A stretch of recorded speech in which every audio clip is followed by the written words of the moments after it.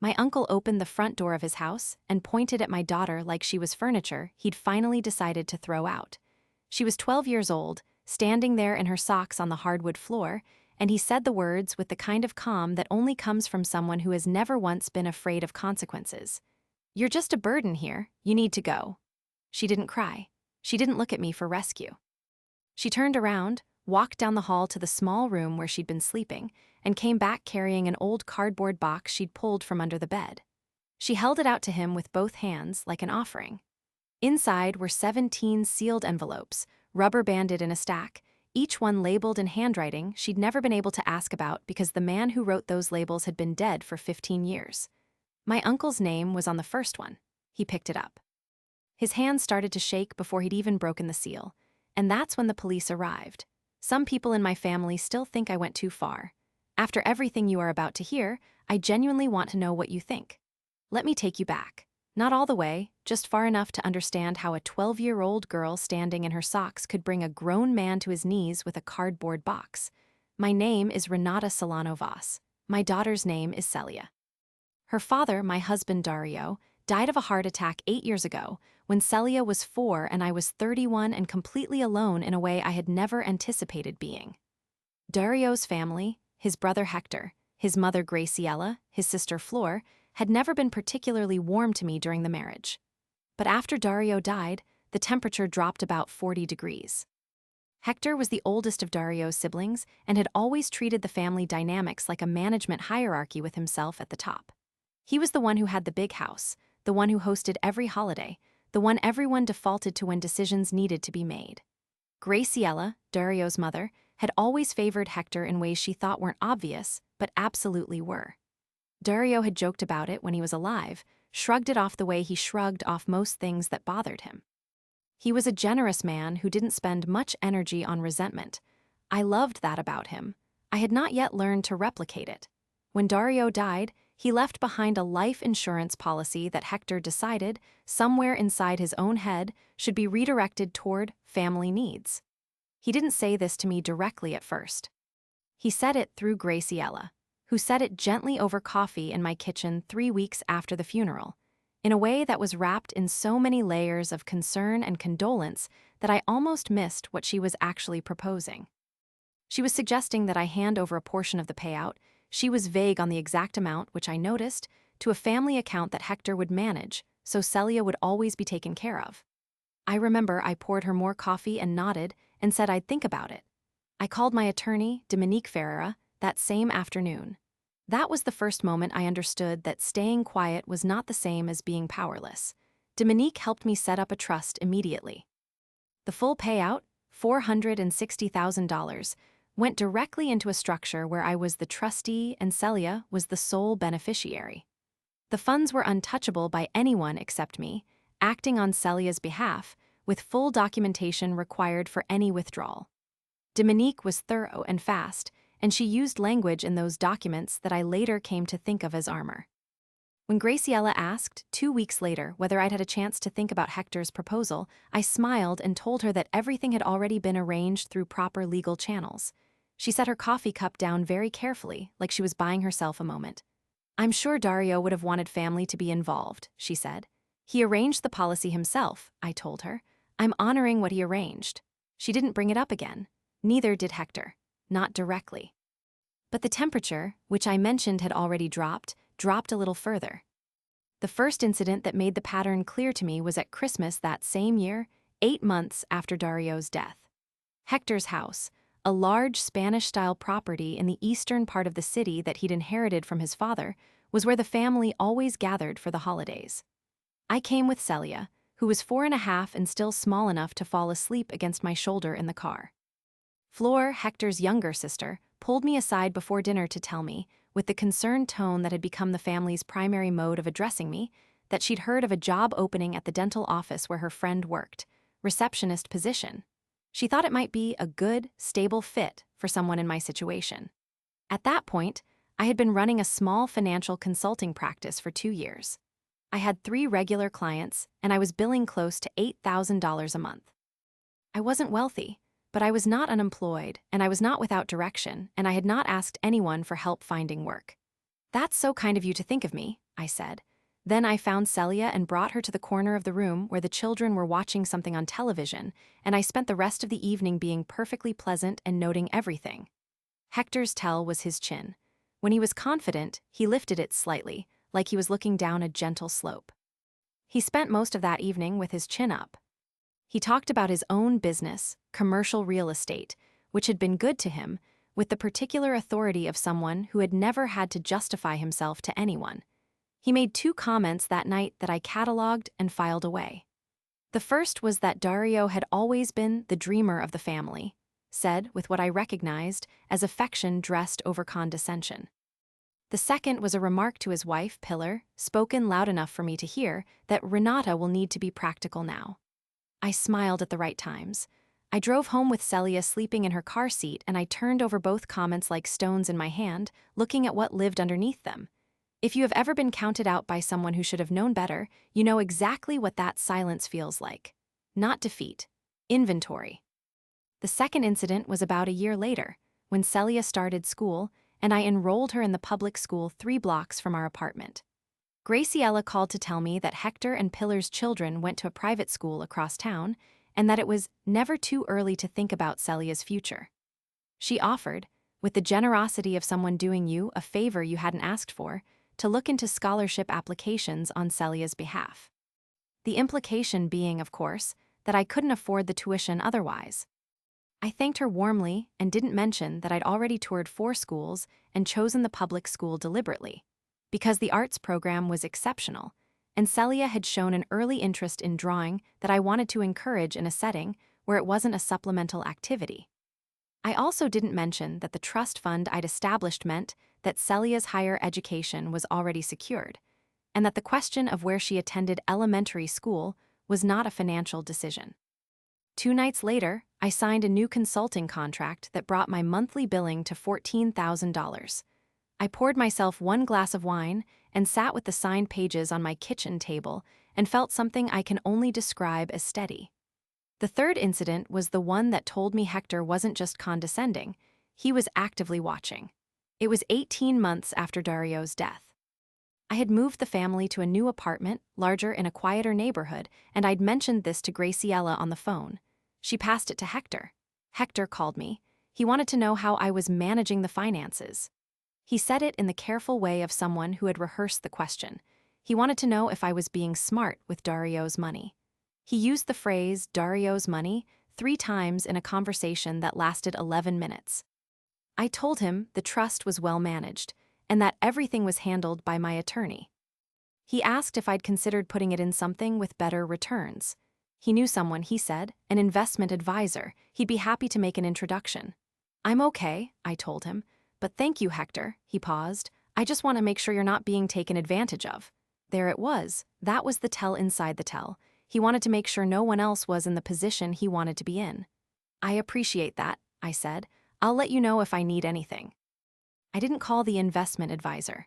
I did call Dominique, who recommended I document every conversation in which a family member attempted to gain access to or information about the trust funds. I started a log that same afternoon. A simple document in a folder on my laptop, dated entries, factual and specific. No emotions, just facts. Over the next several years, that document grew to 41 pages. And that was just the beginning of the part I was building quietly, while the family continued to believe that Dario's widow was just holding on. I want to be precise about what I built, because the scale of it matters for what comes later. Not to impress anyone, I am past the point where I need that, but because understanding what existed is the only way to understand what Hector thought he was doing when he pointed at my daughter and told her she was a burden. He was operating with a map that was 8 years out of date, and every mistake he made flowed from that single, catastrophic miscalculation. After that Christmas, when Flor mentioned the receptionist position, I started taking on larger clients. I had been conservative up to that point, cautious about growth, focused on stability while Celia was small. But something shifted in me after that holiday gathering. A productive kind of anger. Not the hot kind that makes you reckless, the cool kind that makes you precise. By the time Celia started 2nd grade, I had 6 consulting clients, all mid-sized businesses navigating regulatory questions and financial compliance. I had brought in a part-time associate, a woman named Bettina Roble, who had 15 years of experience and a gift for finding problems before they became expensive. By the time Celia was 8, Bettina and I had formalized our arrangement into a partnership. We incorporated, registered the business, leased a small office in a building near the financial district. I didn't mention any of this to Hector's family. They didn't ask in ways that invited real answers, and I had learned by then that there was no benefit to volunteering information to people who would only use it to recalibrate their strategy against you. The privacy wasn't deception, it was insulation. Dominique had advised me early on that keeping Hector at arm's length from any detailed knowledge of my finances was a reasonable protective posture given what I'd documented. She didn't frame it dramatically. That's not how Dominique operates. She's methodical, calm, the kind of attorney who speaks in complete sentences and never raises her voice. She simply noted that individuals who have repeatedly attempted to access or redirect financial assets do not, statistically, stop attempting to do so. She suggested I give them nothing to work with, so I didn't.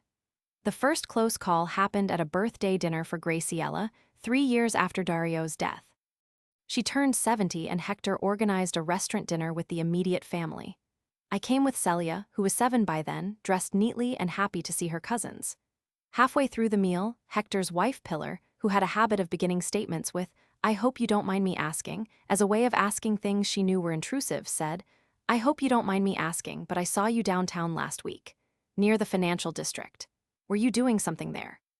She said something the way people say it when they want to imply nothing important. "A meeting," I said. "Oh, are you still doing the consulting thing?" Fleur, from across the table, with the mildly surprised look of someone who had mentally placed me in a different category years ago. "Yes, still doing that." I cut my chicken. "How's the salon?" Fleur owned a nail salon with her husband, which she had mentioned at every family gathering for 4 years. She redirected to the salon immediately, and I listened and nodded, and Celia leaned against my arm and asked in a whisper if she could have the bread basket, and that was the end of it. What none of them knew was that the meeting Pilar had spotted me walking to was with a corporate client whose retainer was bringing in $22,000 a month. Bettina and I had been working on their compliance restructuring for 6 months, and we were 3 weeks from completing a phase that had taken more hours than I could calculate. I had worn my good coat to that meeting. I had worn a different coat to the birthday dinner. This was not an accident. "You really should think about a more traditional career path," Fleur said at the end of the evening when we were all standing at the valet station. She said it to me over the roof of Hector's car like it was a helpful afterthought. Something with benefits, for Celia's sake. I looked at her. "I'll keep that in mind." I helped Celia into the car. We drove home. I added a factual entry to my documentation log when Celia was in bed. Then I opened my laptop and reviewed the draft invoice for the phase we were completing, and I made a small correction to the payment terms. The second close call was more significant and happened much closer to the events I'm building toward. It was about 14 months before the night at Hector's house. Celia was 11, almost 12. She was doing well in school, particularly in art and in what her teacher described as spatial reasoning, which I suspected was a polished way of saying she thought about things in 3 dimensions while other people thought in 2. She had her father's calm. She did not panic. She observed and then she acted, and she did this quietly and without fanfare, and watching it develop in her over the years was the thing I was most proud of in my life. Quietly, privately, in the way you are proud of things that are too important to say out loud at dinner parties. Hector had invited us to a family weekend at the house. These happened occasionally, a kind of gathering that was framed as casual but always had the feeling of an inspection. Pilar would walk through the weekend with careful attention to who said what, and Graciela would watch Celia with the specific assessment of someone, deciding how much an asset might be worth. I had learned to move through these weekends the way you move through a room with a low ceiling, aware of the structure, not hitting it. On the second afternoon of this particular weekend, Hector asked if I wanted to take a walk, which was the phrase he used when he wanted to have a conversation without witnesses. We walked around the perimeter of his property, which was substantial, with the kind of mature trees and carefully maintained borders that accumulate over decades of ownership. He was pleasant for the first few minutes. He asked about Celia. He asked whether she was adjusting well, the same phrasing he'd used since Dario's death, as though adjustment were a process that stopped somewhere around the 8-year mark. Then he said, I wanted to mention, and tell me if this is overstepping, that Pillar and I have been thinking about estate planning. That's smart, I said. We want to make sure the family is taken care of, all of us, including you and Celia. He looked at the property line, not at me. I've been talking to someone about how to structure things, but it would be helpful to understand where you are financially, just to make sure the planning accounts for everyone's situation. There it was, 30 seconds of groundwork for the same request he'd been circling for years. What do you have? Where is it? How do I position myself relative to it? I appreciate the thought, I said, but Celia and I are fully covered. Dominique handles all of that. He looked at me then. Who is Dominique? My attorney. He lifted his chin slightly, the tell I'd catalogued years ago. You have an attorney? Everyone should, I said. He was quiet for a moment. I just mean if you want us to include you in what we're putting together, we'd need some basic information, nothing complicated. Hector. I stopped walking. He stopped too. I know you're trying to help, but my finances are my own and Celia's trust is managed through Dominique. There's nothing that needs to be coordinated. I held his gaze. Is there something specific you were worried about? He opened his mouth, closed it, looked at the tree line. I just don't want things to get complicated. Later, when there are decisions to be made. What decisions? He didn't answer directly. That was itself an answer. I'll let you know if anything changes, I said, and we walked back to the house. That night, after Celia was asleep in the guest room, I sat in the small bathroom with the door closed and the water running, and I called Dominique. I told her about the conversation. She was quiet for a moment, the specific quiet she uses when she is arranging information into sequence. The question about estate planning structure, she said finally. Was this the first time he'd framed it that way? First time explicitly, yes. Okay. Another pause. Renata, I want to update the documentation, and I want you to think about what your exit condition looks like, not to alarm you, just to be ready. If you're still with me, stay, because what happened the following year is the reason I am telling you this story, and nothing about it was accidental. The thing about Hector's miscalculation, and I've had a long time now to think about the mechanics of it, was that it wasn't one mistake. It was a compound failure built from layers of assumption that had never been tested against reality.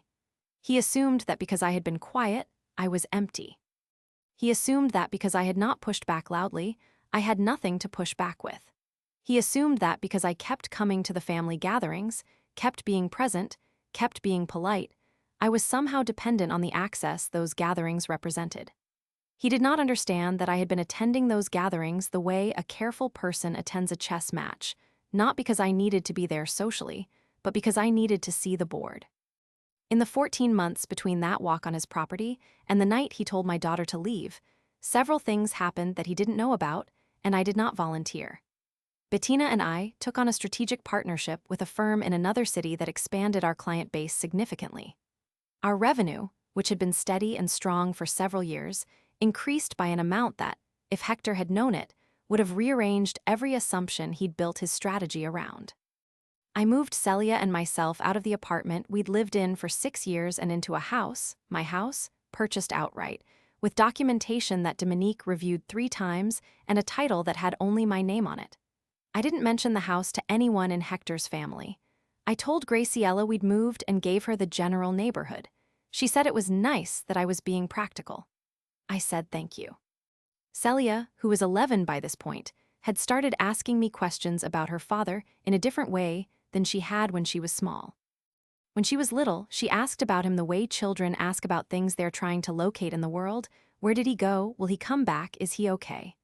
By 11, she asked the way she asked about everything that mattered to her, specifically with follow-up questions looking for the shape of the thing. She asked me once, sitting at the kitchen table with her sketchbook open in front of her, whether her dad had known his family was difficult. I thought about how to answer that. He knew, I said. He loved them anyway, that's the kind of person he was. She considered this. Do you love them? I love that they were part of his life, I said carefully, and that they're part of yours. She looked at me for a moment, direct and assessing, and then she drew something on her page and didn't press further. She had his patience, that child. She could sit with an incomplete answer and wait for the rest of it. What I didn't know, what I had no way of knowing for several more months, was that Celia had known things for years that I hadn't told her, and had drawn her own conclusions from them, quietly, the way she did with everything. I found out about the box by accident, and even then I only found out about part of it. I was helping her reorganize the closet in her room, about 6 weeks before Hector's invitation to stay at the house for a long weekend.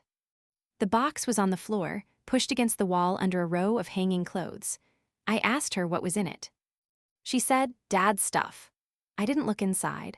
I should have understood in that moment that she had been carrying something, but I was distracted, and I assumed it was drawings or small objects she'd collected, the way children collect things that feel like anchors. Hector's invitation to the long weekend came through Graciela, which was how Hector's invitations always came, relayed through his mother so that declining felt like a rejection of her rather than him. The framing was that he was getting older and wanted to spend time with the family. This was technically true in the sense that all living things are getting older, but Hector was 62 and in good health, and I had never known him to make a decision based purely on sentiment. I accepted, because I had learned by then that declining was never as clean as it looked. We arrived on a Friday evening. Celia brought a book and her sketchbook and the cardboard box, which she carried under one arm like it was nothing. I noticed it in the car but didn't ask again. She set it under the bed in the guest room the way you set something down when you know exactly where it belongs. The weekend went the way those weekends went, with the specific texture of a room where everyone is performing a version of themselves and watching everyone else perform. Graciela cooked. Pillar arranged things on surfaces and then rearranged them. Flor and her husband arrived Saturday afternoon with their 2 children, who were loud in the comfortable way of children who feel at home. Hector moved through all of it with the proprietorial ease of a man who has always occupied the center of his own story. On Saturday evening, after dinner, Hector asked to speak with me privately again. We went to his study, which smelled like furniture polish and old paper, and he sat behind his desk, an arrangement I noticed and noted, and he put a folder on the surface between us. "I've had the estate planning finalized," he said. "I wanted to walk you through it before it goes to the attorney." I looked at the folder. "Hector, I told you, this is different." He opened it. Inside were documents with Celia's name on them. "I've added Celia as a beneficiary in our family trust. But the structure requires her to be represented by a family trustee, someone inside the family." He looked at me over the top of the folder. "I'm proposing that the trustee for her portion would be me." The room was very quiet. I heard the television from somewhere in the house, muffled through the walls. "No," I said. "Renata, no, Hector. Celia's financial affairs are managed through a structure that Dario and I set up before he died and that I've maintained since. She has a trustee. That's me. There is no role here for a secondary trustee." He leaned back in his chair. The chin went up. "I'm trying to protect her. She's protected." "You keep saying that, but you don't." He stopped himself, started again. "I don't know what you have, I've never known, and after you're gone, what happens to that child?" "After I'm gone," I said, and I could hear my own voice, very even, "everything is in order. Dominique has the documentation. There is a named successor trustee who is not a member of this family. Celia will be fully cared for." He stared at me. Something moved across his face that I hadn't seen before, not anger exactly, more like a calculation that had just come back with an unexpected result. "You planned all of this," he said. "I've been planning it for 8 years." He closed the folder. He looked at his desk. "Your husband would have wanted, Dario would have wanted Celia protected. She is protected from everything." I stood up, including this conversation. I left the study. I went to the guest room and sat on the edge of the bed and breathed for 2 full minutes. Then I took out my phone and sent a text to Dominique. "Weekend got complicated. We'll call Monday with details." She responded within a minute. "Understood. I'm here." I looked down. The cardboard box was there under the bed, in the dark, with its rubber-banded stack of sealed envelopes. I still hadn't looked inside. I still didn't know that my daughter had been carrying something that was about to change everything, and that she had been waiting, with her father's patience and her own quiet intelligence, for exactly the right moment. The next morning was Sunday. The air outside was the particular cold of early spring, clear and thin, and the house was still quiet when I came downstairs. Hector was already at the table with coffee and a newspaper, the folded kind, and Graciela was moving around the kitchen with the practiced efficiency of someone who had fed people in this room for 40 years. Celia came down 20 minutes later with her sketchbook and sat next to me and ate toast and didn't say much, which was normal for her in the mornings. The moment happened after breakfast. Pillar said something to Graciela in the kitchen, loud enough to carry, about how it was a shame Celia doesn't have more family stability. I heard it. Celia heard it. I felt Celia go still next to me, not in the frightened way, but in the listening way, the way she went still when she was processing. I reached over and put my hand on her shoulder once briefly, and then removed it because she didn't need comfort, she needed space to think. Hector came out of the kitchen a few minutes later and looked at my daughter with the specific appraisal that I had seen him turn on things he was deciding didn't belong to him. Then he said it. Directly to her, not to me. "You're just a burden here. You need to go." 12 years old, standing in her socks. She didn't look at me. She turned around and walked down the hall, and I stayed where I was because I knew, even in the first second, that something was in motion that was beyond the ordinary geometry of this family's cruelty. I could feel it. I had been watching this child for 12 years, and I knew when she was frightened and I knew when she was acting, and she was not frightened. She came back with the box. She held it out to him with both hands. Straight-armed, steady, like she had rehearsed this or simply decided, which with her amounted to the same thing. Hector took it the way you take something whose weight surprises you. He looked down at the envelopes. His name was on the first one. The handwriting was Dario's. I saw it from across the room, and the recognition hit me somewhere in the chest like a physical thing. I had not seen his handwriting in 8 years. The last time I'd seen it was on a birthday card he'd written me 3 weeks before the heart attack. Hector opened the first envelope. He did it slowly with his fingers, and I watched his hands develop a tremor that started at the knuckles and moved inward. He pulled out the letter. He read 3 lines. He sat down in the nearest chair, not as a choice, as a necessity. And then the doorbell rang, and through the tall, narrow window beside the front door came the distinct dark blue of police uniforms, and everything in the room stopped. Pillar moved first. She stepped back from the kitchen doorway, and her shoulder hit the wall behind her, and she just stood there with her hand pressed flat against it like the plaster was the only thing keeping her upright. Floor made a sound, not a word, just a sound, a small compressed thing that didn't know what it wanted to be. Graciela turned from the stove. The wooden spoon she'd been holding dropped onto the counter and rolled to the edge and stopped. Hector stood with the letter in his hands. I walked to the front door. I opened it. 2 officers stood on the porch, a woman and a man, both in uniform, the woman with a clipboard. Behind their car, parked at the curb, was a second vehicle, unmarked, and I recognized the woman getting out of the passenger side before she'd fully straightened up. Dominique Ferreira, my attorney. She was wearing the gray coat she wore to everything important, and she had a leather document case under her arm, and she walked toward the house with the measured pace of someone who has done this before and found that speed is never necessary when preparation is thorough. I had not expected her to be here in person. I had texted her Sunday morning from Hector's bathroom. I had not known she would drive here. "Ms. Solano Voss," the officer with the clipboard said. Her name tag read Officer Marisol Trevino. "We received a report. Is this a good time to come inside?" "Yes," I said. "Please come in." The report had been filed by Dominique, not by me. She had filed it Friday afternoon, before I even arrived at the house, based on information she had received through a contact at the county assessor's office. Information that told her something had been submitted regarding the Dario Salon, estate's secondary property that should not have been submitted, because Dario had not owned a secondary property, and whatever paperwork had been filed with his name attached to it had been filed by someone with access to documents they should not have had.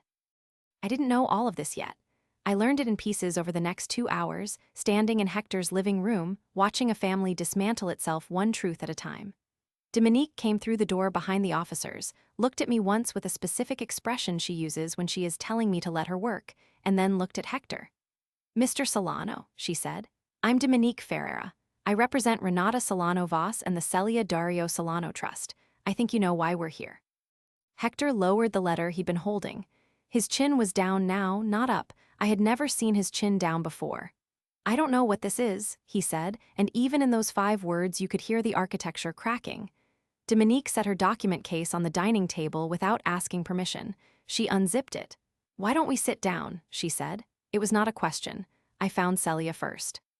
She was in the hallway, standing very still with her sketchbook under one arm, watching. I crossed to her, crouched slightly so I was at her eye level. "I need you to go to your room for a little while," I said, quiet just to her. "Take your box." She looked past me at the officers, at Dominique, at Hector. Then she looked at me. Is it starting? I held her gaze for a moment. Yes. Good. She went down the hall. She didn't run.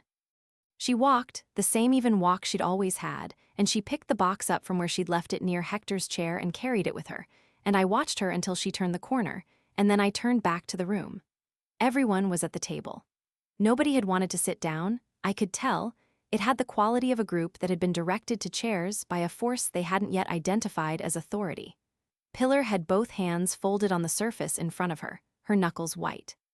Flore's husband Ronaldo had his phone in his hands, though he wasn't looking at it. Graciela had found a seat at the far end, away from Hector, and this distance between them was something I would think about later. Flore sat beside her mother.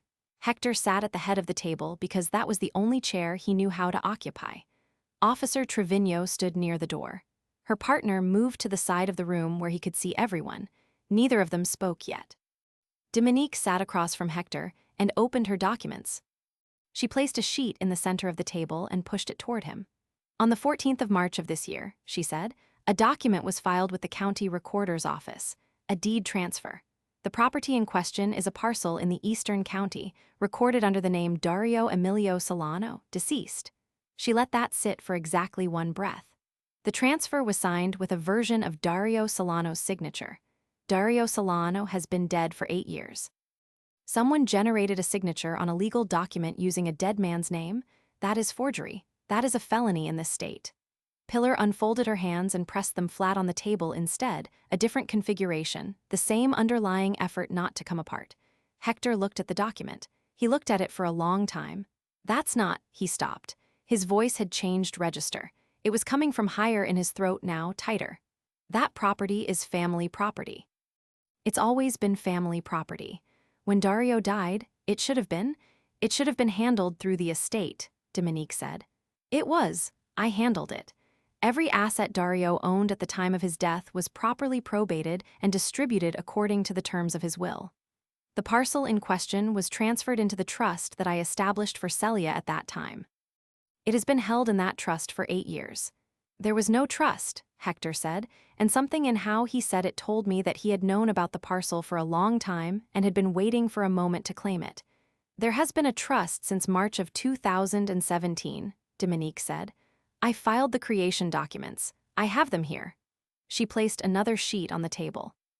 I also have the 8 years of annual filings, the trustee certifications, the property tax records in the trust's name. 8 years of paper, Mr. Solano, properly dated and registered. A pause. What you filed in March was an attempt to claim property that was never yours to claim. Flore made a small movement, her hand went toward her mother and then stopped, suspended in midair, as though she'd only just remembered that reaching out was a choice that meant something. Hector looked at his wife. Pilar was looking at the documents on the table. She did not look back at him, and that, more than anything in the room, told me where this was going. She had known.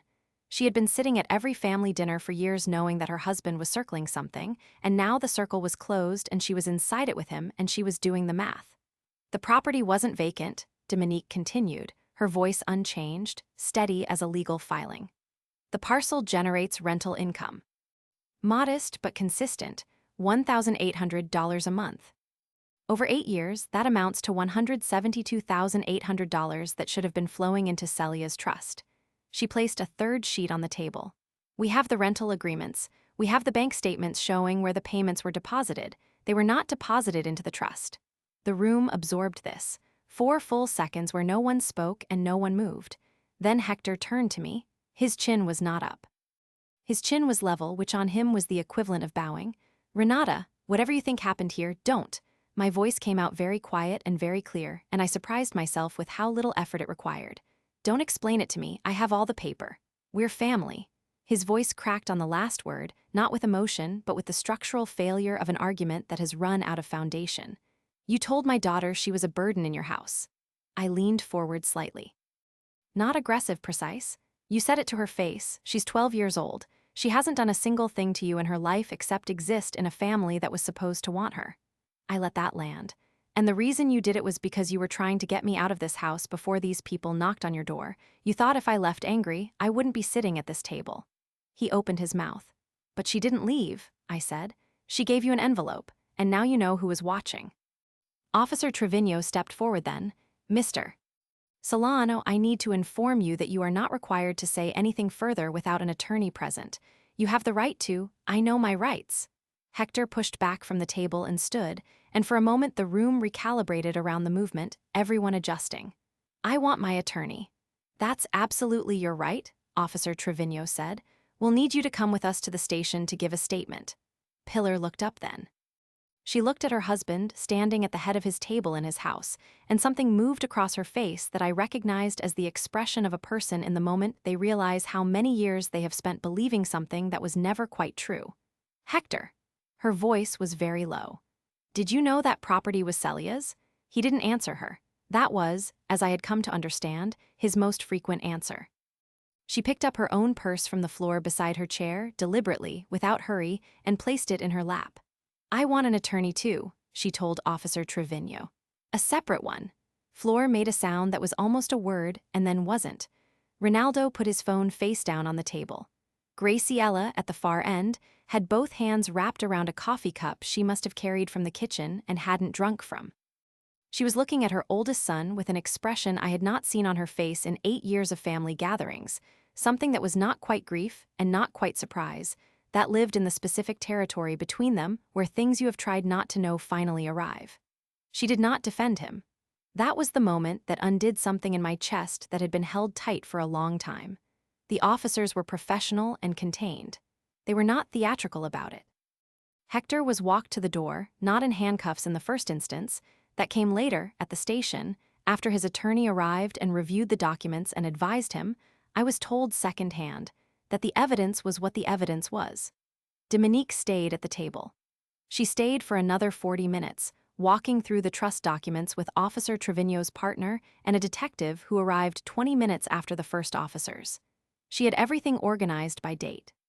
She was the calmest person in the room by a significant margin.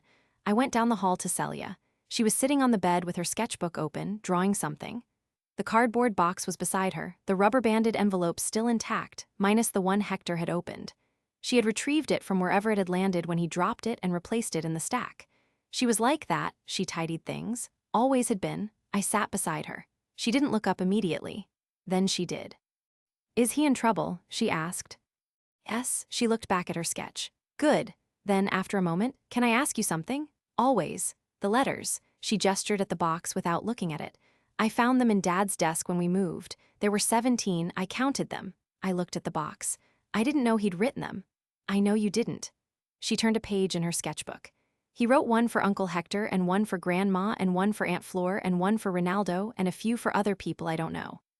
She paused. He wrote 4 for me, one for when I turn 16, one for when I graduate, one for my wedding if I have one, and one that just says, open when you need to hear from me. I didn't trust myself to speak for a moment. Did you open any of yours? She shook her head. I'm saving them. That's very like your father, I said, finally. She nodded. I know. I put my arm around her and she leaned into my shoulder, the easy, unself-conscious way she'd done since she was small. And we sat there for a few minutes while the sounds from the front of the house continued, voices, papers, the door opening and closing. My daughter had been carrying her father's letters for years, in a box under her bed, waiting. She had not told me because she had known, in the way children know things that adults pretend they don't, that the moment would come when they would matter most. She had handed that box to Hector with both hands because she had understood, without anyone explaining it, that the letter with his name on it was meant for exactly this kind of reckoning. And because she was 12 years old and had her father's patience and her own uncommon precision, she had waited until the correct moment and then she had acted. I thought about what Dario had written in that letter. I still don't know. The letter was taken as evidence, and I was told its contents later by Dominique, in clinical summary. It was a personal letter that Dario had written to his brother approximately 2 years before his death, apparently aware that something might eventually need to be said, containing a clear and witnessed statement of his wishes regarding the property and the trust and his belief about what his family owed his daughter. It was written in his own hand, notarized, and dated.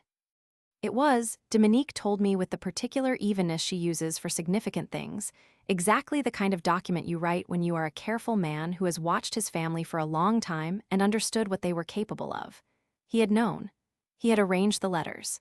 He had trusted Celia to carry them without ever telling her exactly why. And Celia, being exactly who she was, had done it. The detective asked to speak with me at the table after the officers left with Hector. His name was Detective Aurelio Campos, and he was direct and unhurried. He walked me through what had been discovered and what the charges would likely be: forgery, theft of trust assets, fraudulent filing. He used specific, measured language, and he did not editorialize. When he was done, he asked if I had questions. "Will it go to trial?" "That depends on the defendant's choices," he told me. "Given the documentation volume, a negotiated outcome is common, but that's a conversation for your attorney." Dominique walked him to the door. When she came back, she sat across from me at the table where Hector's family documents were still spread, and she looked at me for a moment before speaking.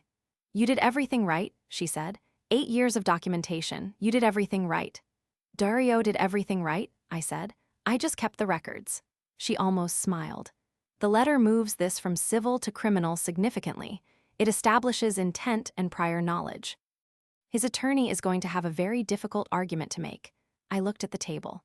The documents, the timeline she'd constructed, the years of rental payments traced and mapped. How much of what was taken can be recovered? "Most of it," Dominique said. "The property is still in the trust's name legally. The filing he made was fraudulent, which means it has no legal standing. The rental income is a civil recovery matter. I'll file Monday morning." Pilar had left before the detective arrived. She'd taken her purse and her car keys, and she'd paused at the door of the dining room and looked at me once. Not apologetically exactly, there was something harder in it than that. Something that was closer to acknowledgement. She said, "I'm sorry about what Hector said to Celia." She said only that, and then she left. It was not enough. It was also, I realized, probably the most honest thing she had ever said to me. Graciela stayed. She stayed until almost everyone was gone. Then she came to where I was standing in the hallway, and she looked smaller than she had ever looked to me, her hands at her sides, and she said, "I didn't know about the property." I looked at her. I believed her, partially. I believed she hadn't known the specific mechanism. I was less certain she hadn't known, broadly, that something was wrong. But I looked at this old woman whose son had just been walked out of his own house by police officers, and I said, "I know." He was always so sure he was protecting everyone. Her voice was very quiet. He confused protecting with controlling. "He did." She nodded once, a small definitive movement, and then she went to find her coat. Flor caught me at the front door as I was getting ready to go. Her eyes were red but dry, and she had her keys in her hand. "I didn't know either," she said. "I need you to know that." "I believe you, Flor." "Celia shouldn't," she stopped. "She's a good kid." "She's extraordinary," I said. Flor nodded and went to her car, and that was the last conversation I had in Hector's house on that day, standing in the doorway of a home that no longer felt like a place with any power over me. Hector was charged on the 23rd of April with 2 counts of forgery, 1 count of fraudulent filing, and 1 count of theft of trust property. His attorney did negotiate, as Detective Campos had predicted. Hector pleaded no contest to the theft of trust property charge and 1 count of forgery in exchange for the others being dropped. The judge ordered full restitution, $172,800 to Celia's trust, plus interest calculated over the 8-year period, which brought the total recovery to just over $214,000. Dominique calculated the final number and called me with it on a Tuesday morning in September, and I was sitting at my kitchen table with coffee, and I wrote it down on a piece of paper and looked at it and thought about Dario sitting at a desk somewhere, writing letters he hoped would never need to be used, being careful in the way he was always careful. Hector did not serve prison time. The plea deal included community service and 3 years of supervised probation. I had opinions about this. Dominique was measured about it, noting that restitution and a criminal record were substantial consequences, and that trials carry their own risks. I sat with my opinions and eventually arrived somewhere that was not satisfaction exactly, but was, at least, resolution. Pilar filed for separation in June. She hired her own attorney, not a family attorney, a divorce attorney, and the proceedings were apparently complicated by the fact that Hector's financial position had become significantly more uncertain with the restitution order. I was not involved in their divorce, and I did not follow it closely.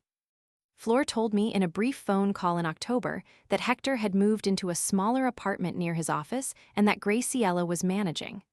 I said I was glad Graciela was all right. I meant it. My own life, as of now, looks like this. Bettina and I have 4 full-time associates. Our client base is solid. Our reputation is better than it has ever been. The house is mine, fully and clearly, and it has a kitchen with enough light in the mornings that I've started eating breakfast at the table instead of standing at the counter, which feels like a small and genuine improvement in how I spend my time. Dominique and I meet quarterly for what she calls a review, and what I call a conversation between two people who have been through something together and come out on the same side. Celia is thriving. That is not a figure of speech. She placed second in a regional art competition in November, with a piece she described as geometric inheritance, which her teacher found conceptually sophisticated and which I found exactly right. She is, at 12 going on 13, already more herself than most adults manage to become. She keeps the cardboard box in her closet now, up on a shelf where she can see it. She has told me she will open the letter that says, "Open when you need to hear from me," only when she genuinely needs to. She is in no hurry. Last week she asked me if I thought Grandma Graciela would come to her birthday. I thought about it honestly before I answered. "I don't know," I said. "Would you want her to?" She considered this with the seriousness she brings to things that matter.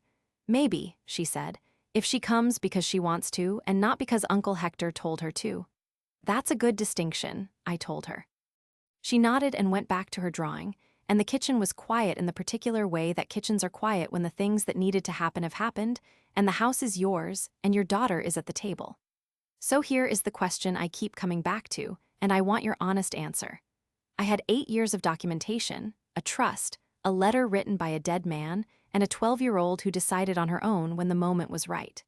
Was that too much preparation, or was it exactly enough? Tell me in the comments. I read every one.